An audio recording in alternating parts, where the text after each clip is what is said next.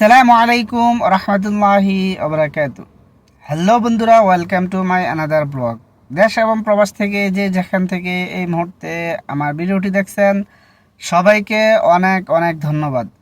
ভিডিওতে আপনাদের সাথে আছি আমি মোশাররফ হোসেন, সৌদি আরব প্রবাসী। আমার সাথে আছে আমার এক বড় ভাই, এই যে ইউসুফ ভাই। আজকে আমরা যাচ্ছি হচ্ছে এয়ারপোর্টে। আপনারা জানেন আমি ফুড ডেলিভারি ভিসা দিয়ে দেশ থেকে লোক আনি। সেই ধারাবাহিকতায় আজকেও আরও দুইজন প্রবাসী যোদ্ধা দেশ থেকে সৌদি আরবে আসতেছে। এখন আমরা এয়ারপোর্টে যাব তাদেরকে রিসিভ করার জন্য। আশা করি ভিডিওটা খুবই ইন্টারেস্ট হবে, অনেক ভালো লাগবে। আর ভিডিওটি ভালো লাগলে অবশ্যই লাইক, কমেন্ট এবং শেয়ার করে দিবেন। তো চলুন শুরু করা যাক আজকের ভিডিও। এই যে আমরা টার্মিনালে চলে আসলাম। এখন আমরা দেখব 39 নাম্বার ফিলার কোথায়। 39 ফিলারে তারা আছে। এ হচ্ছে 40 নম্বর ফিলার, এ হচ্ছে 39 নম্বর ফিলার। হয়তো তারা আছে মনে হয় এখানেই।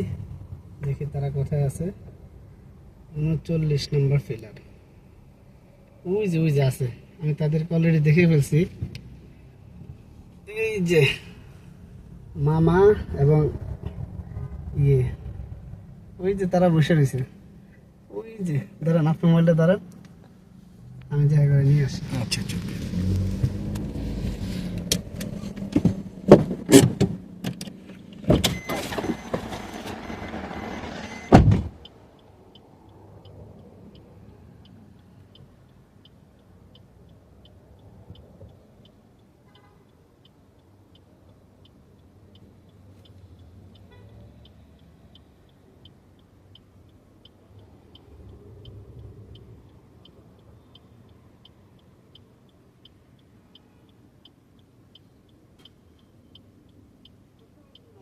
তো বন্ধুরা, আপনারা দেখতেছেন এই যে আমার মামা, আর পিছনে হয়েছে সেই দুষ্ট ইমান আলী।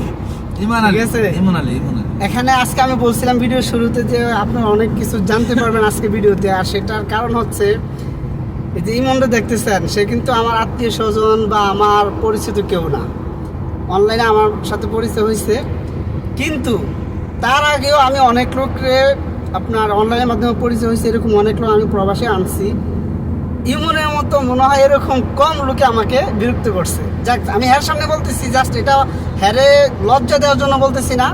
জাস্ট আপনারা যারা নতুন আমার সাথে কাজ করতে চান তাদেরকে বোঝানোর জন্য বলতেছি। তো সবাই আমার সাথে অনলাইনে পরিচয় অবিশ্বাস করাটা বা ভয় পাওয়াটা স্বাভাবিক, এটা আমি বুঝি।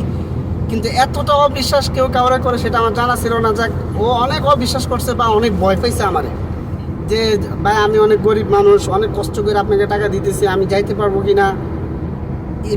এবং কি তার যখন টিকিট হয়ে গেছে তখনও কিন্তু সে কনফার্ম না সে আসতে পারবে কিনা। সে এগুলো নিয়ে বিভিন্ন প্যারেশানি ছিল। তো যাক, আলহামদুলিল্লাহ আপনারা দেখতেছেন, এখন লাইভে দেখতেছেন, সে কিন্তু চলে আসছে সৌদি আরবে। আশা করি তার সাথে যে আমার ওয়াদা ছিল, কমিটমেন্ট ছিল, যে প্রতিশ্রুতি ছিল, সেটা আমি সম্পূর্ণ পালন করার চেষ্টা করব। সেটা আমি সম্পূর্ণ তাকে করে দেওয়ার চেষ্টা করব। বাকি আল্লাহ ভরসা, ঠিক আছে। তো যারা নতুনভাবে বা দেশে যারা আছেন, আমার মাধ্যমে কাজ করতেছেন বা আমার মাধ্যমে সৌদি আরব আসতে চান, আপনাদেরকে আর বেশি কিছু বলার নাই। আপনারা দেখতেছেন, আগেও দেখছেন, এখনও দেখতেছেন।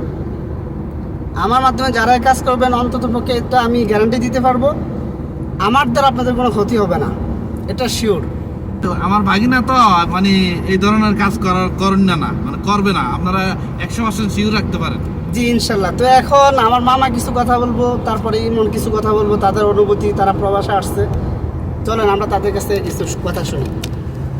আসলে উনি আমার এই যে বাগিনা যে কথাগুলো বললো, আমার বাগিনা এই ধরনের কোনো মানে চিটিং বাটপার এরকম কিছু না।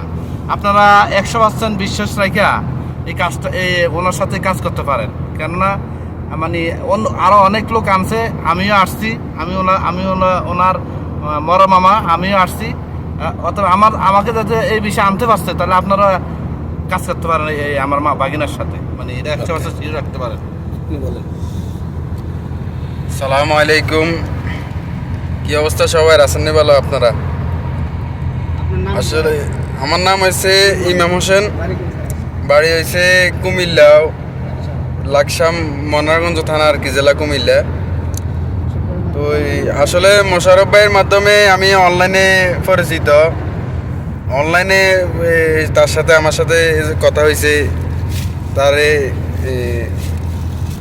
আলহামদুলিল্লাহ, আসলে অনলাইনে কারোর সাথে পরিচিত হইলে অনেকে অবিশ্বাস করে, এটা স্বাভাবিক।